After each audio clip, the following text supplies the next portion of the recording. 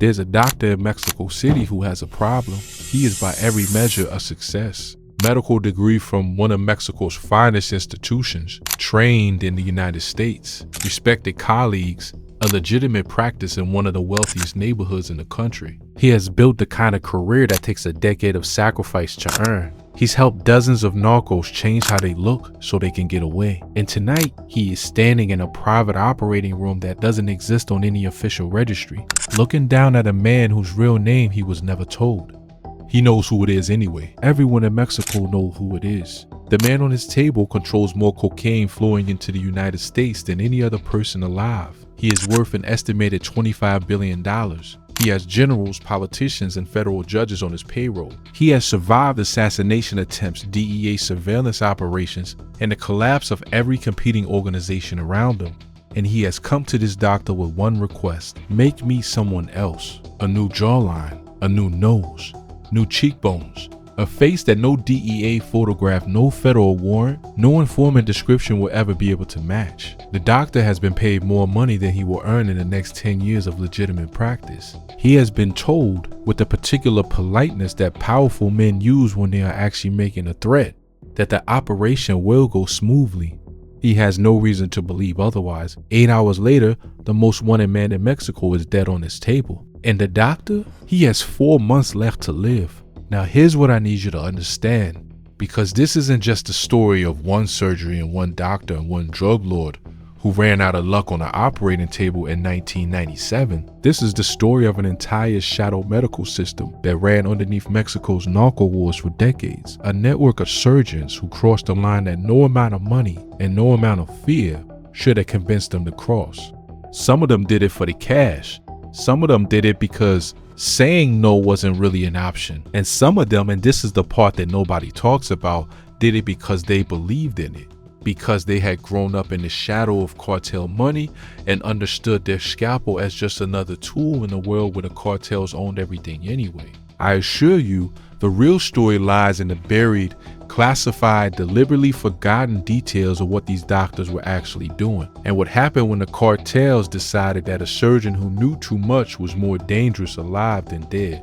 Because before this video was done, you're going to understand exactly how a respected Guadalajara physician became the most dangerous doctor in Latin America. You're going to understand the cases, the narcos who sat in those chairs, the faces that got rebuilt, and the operations that went wrong. And you're going to understand what the DEA found when they finally started tracing the thread back to the source. But before we get into any of that, I need you to understand how this world even came to exist. Because the Narco Surgeon didn't appear out of nowhere. He was created by something. And that something starts in Guadalajara in the early 1980s, when the entire architecture of the Mexican drug trade was being built from scratch.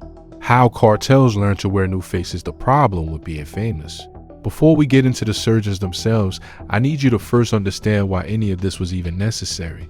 Because on the surface, it seems almost absurd, right? You're a drug lord. You have an army. You have corrupt officials protecting you at every level of government. Why would you ever need plastic surgery? Well, here's where things get interesting. By the mid-1980s, the US and Mexican governments had fundamentally changed how they hunted cartel figures. It wasn't just about seizing drug shipments anymore. The DEA had begun building something far more dangerous to the cartels, a facial recognition and biometric intelligence infrastructure that made being known one of the most lethal liabilities a narco could have.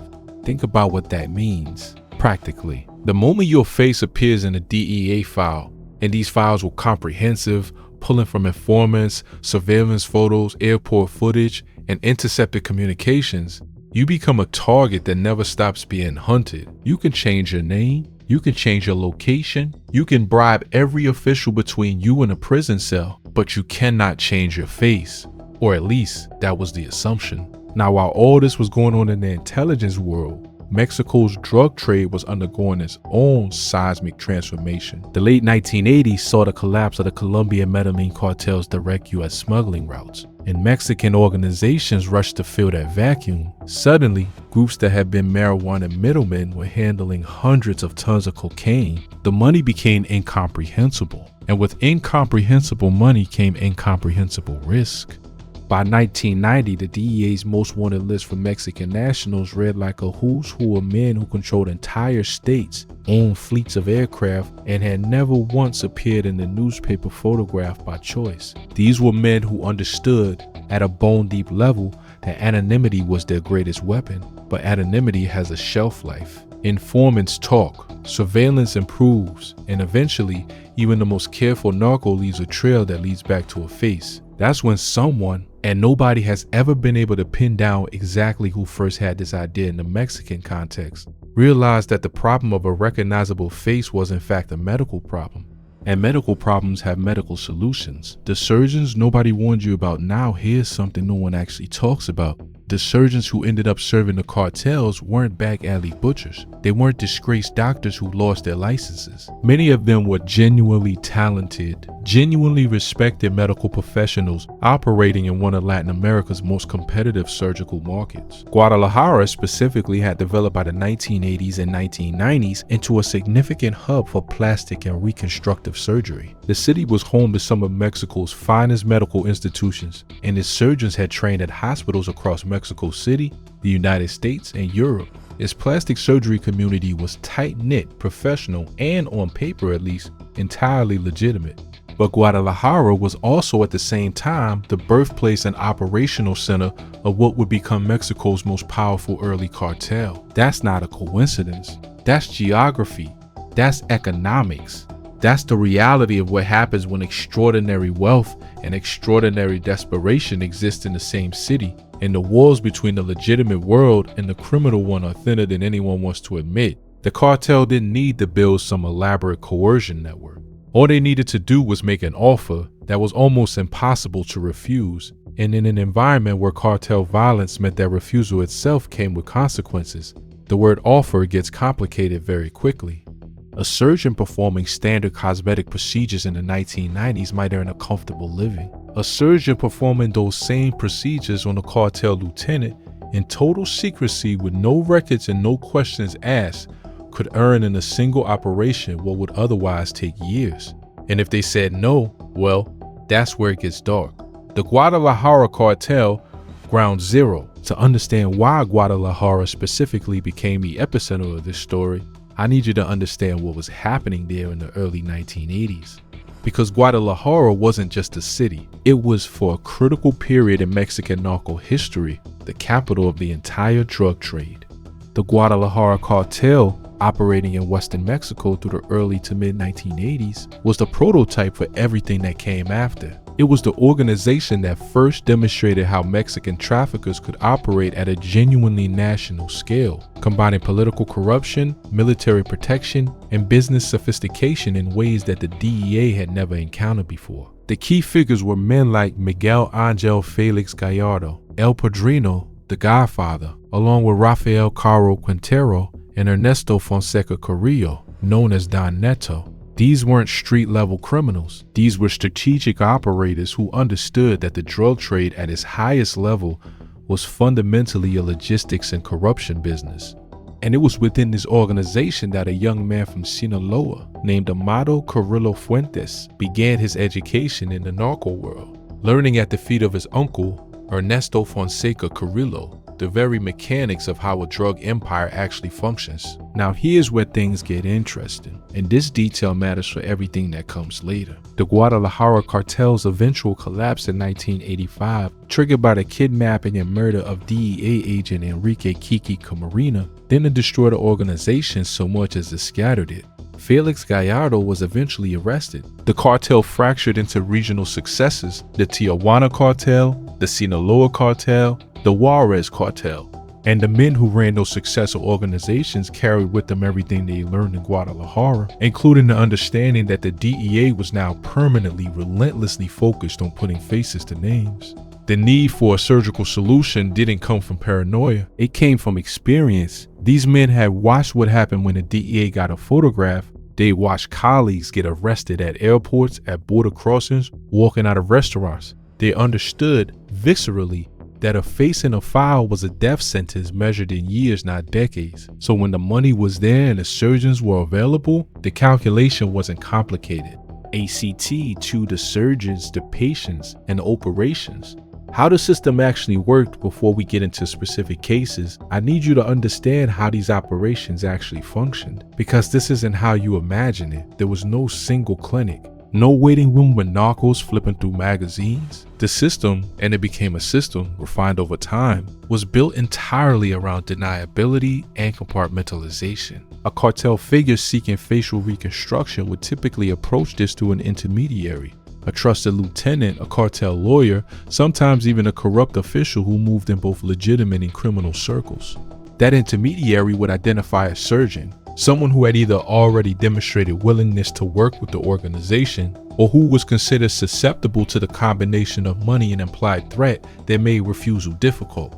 The surgeon would be brought in under conditions designed to ensure silence. Sometimes the location was a legitimate private hospital where the surgeon had operating privileges and where a patient checking in under a false name wouldn't immediately raise flags. Sometimes, especially for high-profile subjects, the operation was performed in entirely private settings, rented facilities, modified safe houses, locations that could be scrubbed clean of evidence afterward. The patient arrived with a false identity. The records, if records were kept at all, reflected that false identity. The surgical team was kept as small as possible, and everyone involved understood without it needing to be stated explicitly that what happened in that room stayed in that room.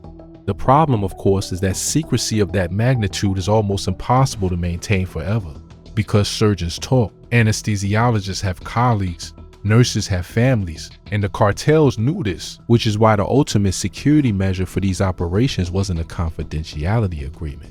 It was a grave. Chupeta, the man who changed his face 3 times. Now listen closely, because what I'm going to tell you next is one of the most bizarre stories in the entire history of the drug war. And it didn't happen in Mexico, it happened in Colombia and Brazil. But it matters deeply to the story because it shows exactly how far cartel figures were willing to go and exactly what surgeons were being asked to do. Juan Carlos Ramirez Abadia. Remember that name. Born in Palmira, Colombia in 1963, Ramirez Abadia rose through the ranks of Colombia's Norte del Valle cartel to become one of the most powerful cocaine traffickers in the world. His operation moved as much as 30 tons of cocaine monthly, not kilograms, tons, flooding New York, Miami, and Los Angeles with product that generated billions in revenue. He earned the nickname Chupeta, Lollipop, early in his criminal career, a strange nickname for a man who would become, by his own later admission in a U.S. federal courtroom, responsible for ordering 150 murders and smuggling 400,000 kilograms of cocaine into the United States. But here's where it gets interesting. By the late 1990s, Chupeta was one of the most wanted men in Colombia. His face was in every DEA file, and rather than run or fight, he made a decision that was equal parts desperate and methodical. He decided to become someone else, not once, not twice, at least 3 or 4 times. In a U.S. federal courtroom in 2018, testifying at the El Chapo trial of all places, Ramirez Abadia sat before a jury and described in clinical detail what he had done to his own face. I altered the physical appearance of my face, he told them, by changing my jawbone, my cheekbones, my eyes, my mouth, my ears, my nose. The jurors stared at him. Most of them couldn't look away, because what sat in front of them was not a man so much as a living demonstration of what happens when surgical alteration goes beyond disguise and into something closer to destruction. His skin was pulled taut across a lopsided face. The features didn't align the way human features are supposed to align. Multiple rounds of reconstruction had left him looking less like a different person and more like a person assembled from incompatible parts.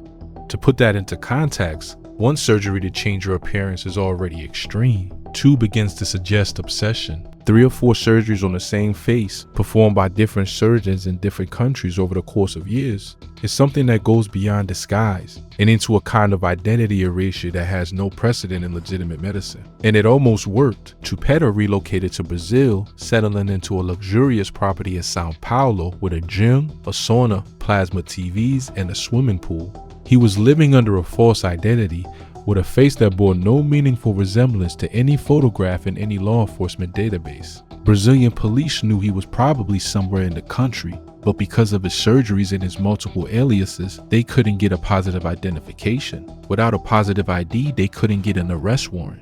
That's when the DEA deployed something the surgeons hadn't accounted for. Voice recognition technology. Brazilian police had been taping Chupeda's phone calls. Colombian authorities had recordings of his voice from years earlier. Those recordings were passed to the DEA, which ran a vocal fingerprint analysis and matched them, not his face. His voice. In 2007, police simultaneously raided 22 locations across 6 Brazilian states and found Chupeta at his Sao Paulo property. He was extradited to the United States, pleaded guilty to drug trafficking and murder charges, and agreed to cooperate, eventually testifying at the El Chapo trial. He forfeited $1 billion.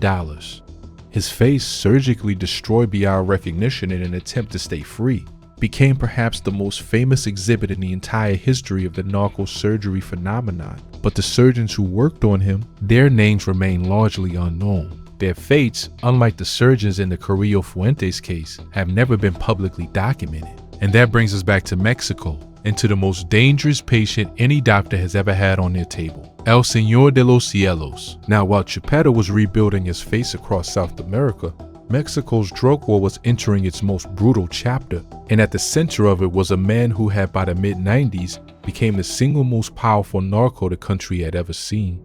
Amado Carrillo Fuentes, born December 17, 1954 in Guamuchilito, Navalado, Sinaloa. His uncle was Don Neto, one of the founding figures of the Guadalajara cartel. Amado grew up watching how the drug trade actually worked from the inside. He wasn't a street criminal who climbed his way up through violence alone. He was, from the beginning, a student of the business. He learned to fly. This matters. While other cartel figures were using ground routes and tunnels, Amado recognized that the sky was essentially unpoliced. He built a fleet of jets, 727S, corporate aircraft, modified cargo planes, and began moving cocaine from Colombia to Mexico in quantities that dwarfed anything previously attempted. At his peak, he was moving more product per shipment than entire competing organizations moved in a month. The nickname was inevitable, El Señor de los Cielos, the Lord of the Skies. He seized control of the Juarez cartel after assassinating his predecessor in 1993. From that point forward, he ran what DEA analysts would describe as the single most powerful drug trafficking organization in Mexico, with connections to the Colombian cartels, corrupt officials at the highest levels of Mexican federal law enforcement, and distribution networks reaching into every major American city. His estimated net worth at the time of his death, $25 billion. And here's the disturbing detail that defines everything about who this man was. Despite all of that power and money, Amado Carrillo Fuentes was almost pathologically terrified of his own photograph. He kept out of the public eye with a discipline that bordered on obsessive.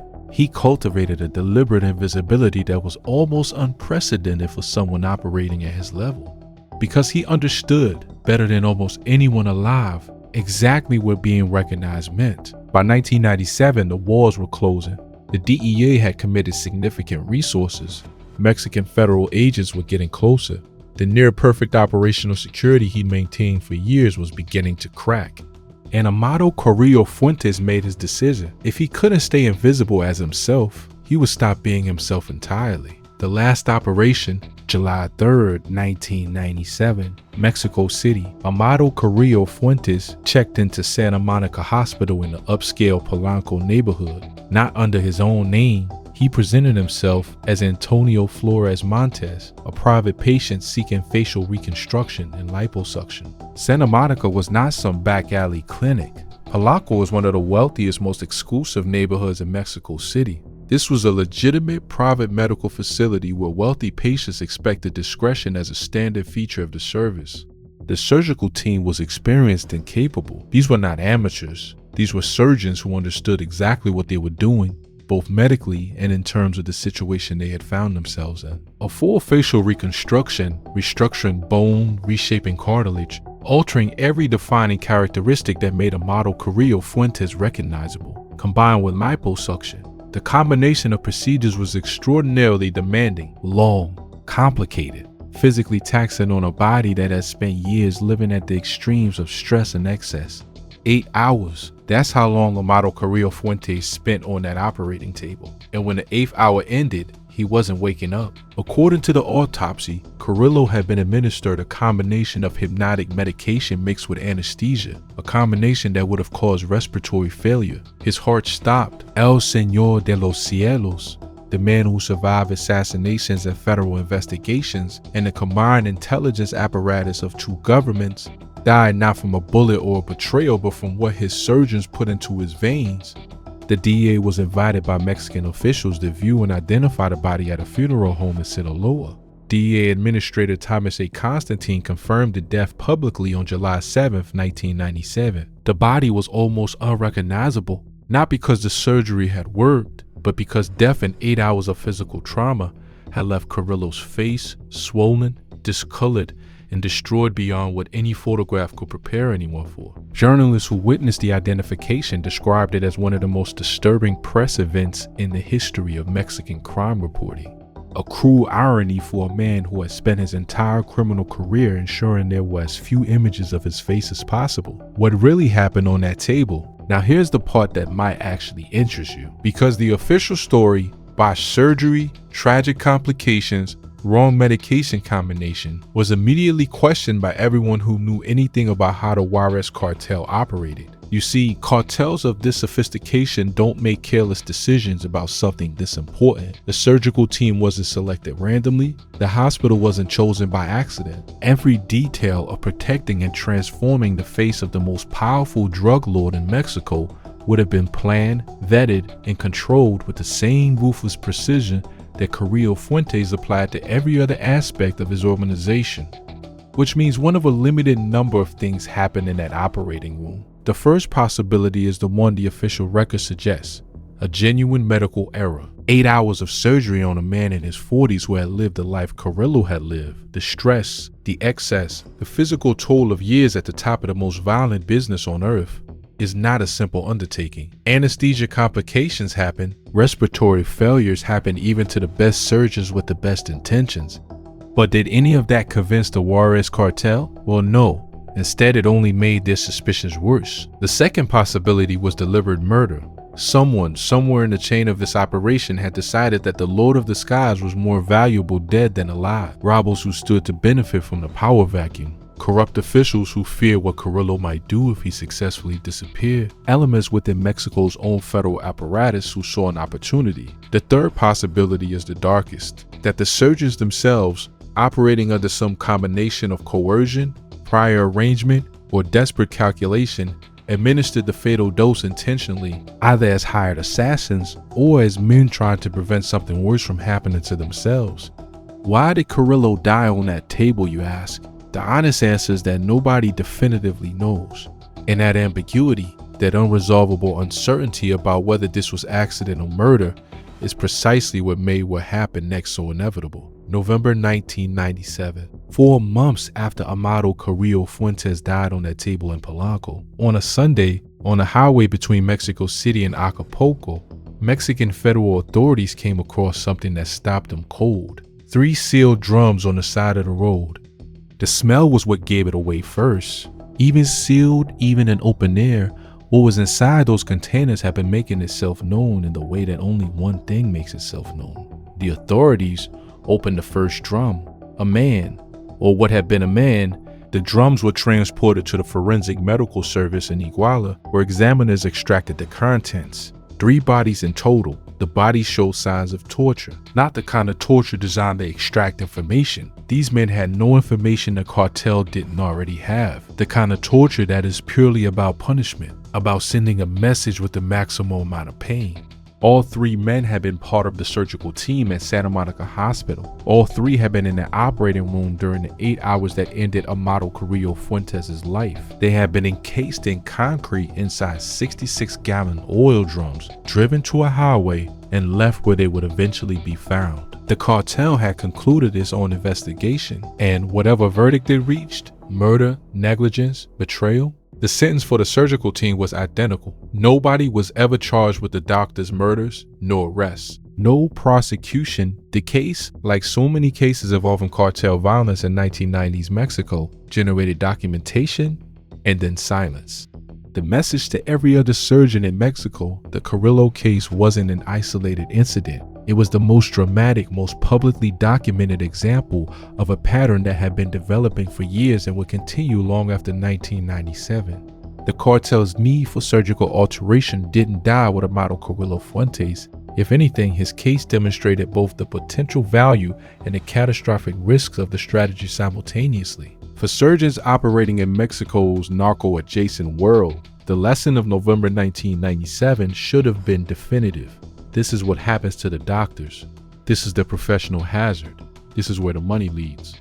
But here's the thing, and this is what no one actually talks about. The cartels didn't stop looking for surgeons after 1997. They became more careful, more selective, more thorough in their vetting of potential medical collaborators. And in an environment where declining a cartel's request wasn't simply a matter of professional ethics, but potentially a matter of survival, the pool of available surgeons didn't shrink the way it should have. The violence against the Carrillo surgical team served a dual purpose that was almost certainly intentional. Yes, it eliminated people who could describe what the Lord of the Skies had looked like after surgery, but it also served as a message to every other surgeon in Mexico's criminal medical underground.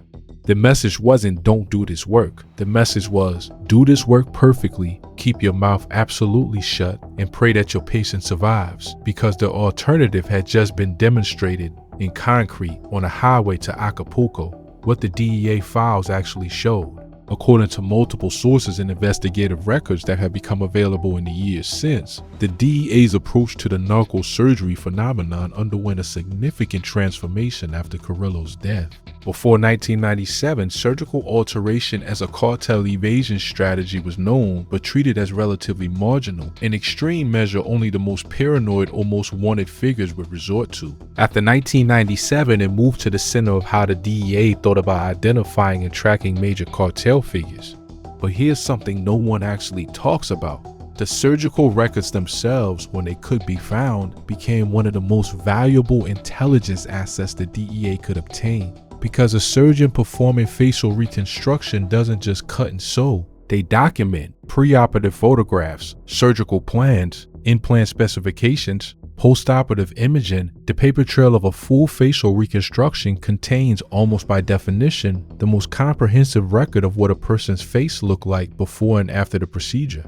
When the DEA and Mexican federal authorities raided locations connected to cartel surgical operations, and these raids did happen, though rarely with the public documentation that surrounded drug seizures, what they were looking for wasn't drugs or weapons, it was photographs, measurements, the clinical record of transformation. A surgical file on a cartel figure was, in intelligence terms, worth more than almost any other single document. It told you what the target used to look like, what they probably look like now, and the specific modifications made, the jawline adjusted by this many millimeters, the nasal bridge reduced by this much. That could be worked backward from new surveillance photographs to confirm identity. The cartels understood this completely, which is why the absolute first priority after any cartel surgical procedure was the total destruction of every record that the operation had ever taken place. The surgeons who kept records, even ones locked away, even ones they believed were perfectly hidden, were the most dangerous surgeons from the cartel's perspective, because records were leverage, records were evidence, and evidence in the right hands was a death sentence. The network nobody named. Few areas of narco history have been as deliberately obscured as the medical underground that served Mexico's cartels through the 1980s, 1990s, and into the 2000s, but based on what has been documented through court testimony, journalistic investigation, and occasional DEA disclosures, the outline of how it functioned becomes clear. It wasn't one surgeon, it wasn't one clinic. It was a loose, informal network of medical professionals who had at various points and for various reasons stepped across the line between legitimate medicine and cartel service. Some were motivated primarily by money. A surgeon who charged a wealthy legitimate patient tens of thousands of pesos for a facial reconstruction could charge a cartel figure 10 or 20 times that, in cash untraceable, with no tax implications and no professional oversight. Some were coerced. The cartel's approach to professional recruitment was rarely purely financial. An initial request framed as an offer, a refusal followed by a more explicit indication of what refusal would mean for the surgeon, their family, their practice. In this environment, the line between voluntary participation and coercion is at minimum blurry.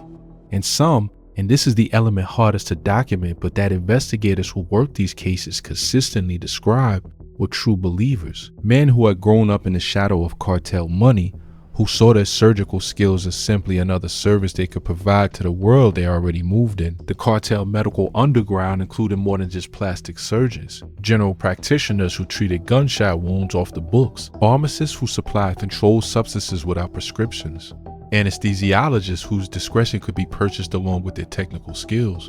But the plastic surgeons occupied a unique position in this ecosystem because what they provided wasn't just treatment, it was transformation. And transformation, for a man living under the weight of a federal indictment and a DEA file, was the most valuable thing money could buy, the economics of disappearing. To put into context just how significant the investment in surgical alteration was for these organizations, consider what we know about the actual economics. Chupeta, by his own account, spent years on the run undergoing multiple procedures in multiple countries. Each surgery represented not just a surgical fee, but an entire operational apparatus.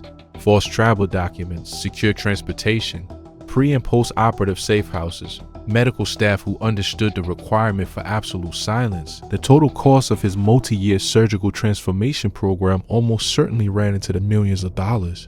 For Carrillo Fuentes, a man worth $25 billion, the cost was essentially irrelevant. What mattered was execution. What mattered was that when he walked out of that hospital with a different face, he could disappear into the legitimate world and never be found again. A new face, a new name, a new life somewhere that the DEA's reach didn't extend. The plan died with him on the operating table. And the men who were supposed to give him that future were dead 4 months later, in drums on a highway.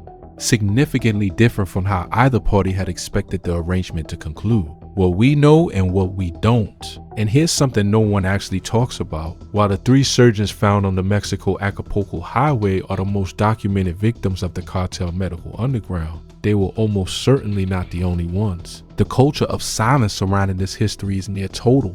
Surgeons who worked in this world and survived did so by maintaining absolute secrecy about what they'd done and who they'd done it for. Medical colleagues who suspected what was happening had powerful incentives to look away. The families of surgeons who disappeared, and there were disappearances that were never publicly connected to cartel medical work, had even more powerful incentives to ask no questions. All we know is the surface: 3 drums on a highway, a drug lord dead on a table, a Colombian narco in a Brooklyn courtroom with a face that barely looked human. What we don't know is how many operations happened that left no documentation, no bodies, no record of any kind, because everyone involved survived and kept the secret perfectly. The cartels kept needing surgeons, the surgeons kept existing, and the space between those two facts, maintained by money and terror and the particular silence of people with something extremely serious to lose, produced a shadow history running parallel to the documented narco wars, touching it only occasionally. In a court transcript here, a body on a highway in November 1997. Why it's not over? The only question left to answer right now is whether any of this is historical, whether the narco surgery phenomenon belongs to the 1990s the same way that 727 cocaine flights in the Cali cartel belong to that era. Other law enforcement agencies around the world have taken notice and built the narco surgery threat into how they track major criminal figures. Facial recognition technology has advanced to the point where surgical alteration faces an increasingly sophisticated counter-response. Biometric systems at borders and airports now capture multiple identifying characteristics simultaneously. A changed face means less when your gait, your iris, your voice, and your behavior patterns are all being processed at the same time. But even if technology has changed the equation, the underlying logic hasn't. As long as there are men wealthy enough to pay for transformation and desperate enough to need it, there will be surgeons, some coerced, some mercenary, some something more complicated than either of those words captures, willing to provide it. El Señor de los Cielos is gone. Chupeta is serving time in a federal prison, his surgically destroyed face a permanent monument to the limits of what money can buy. The 3 surgeons found in concrete on a highway to Acapulco have been dead for nearly 30 years, their names barely appearing in any public record, their stories reduced to footnotes in the biographies of the men they tried and failed to transform. The surgeon who gave narcos new faces paid with his life for knowing too much. But the practice, the need, the cold, simple logic of a man staring at his own face in a mirror and calculating what it's worth to make it disappear, that logic doesn't expire. And we don't think this story is done being written.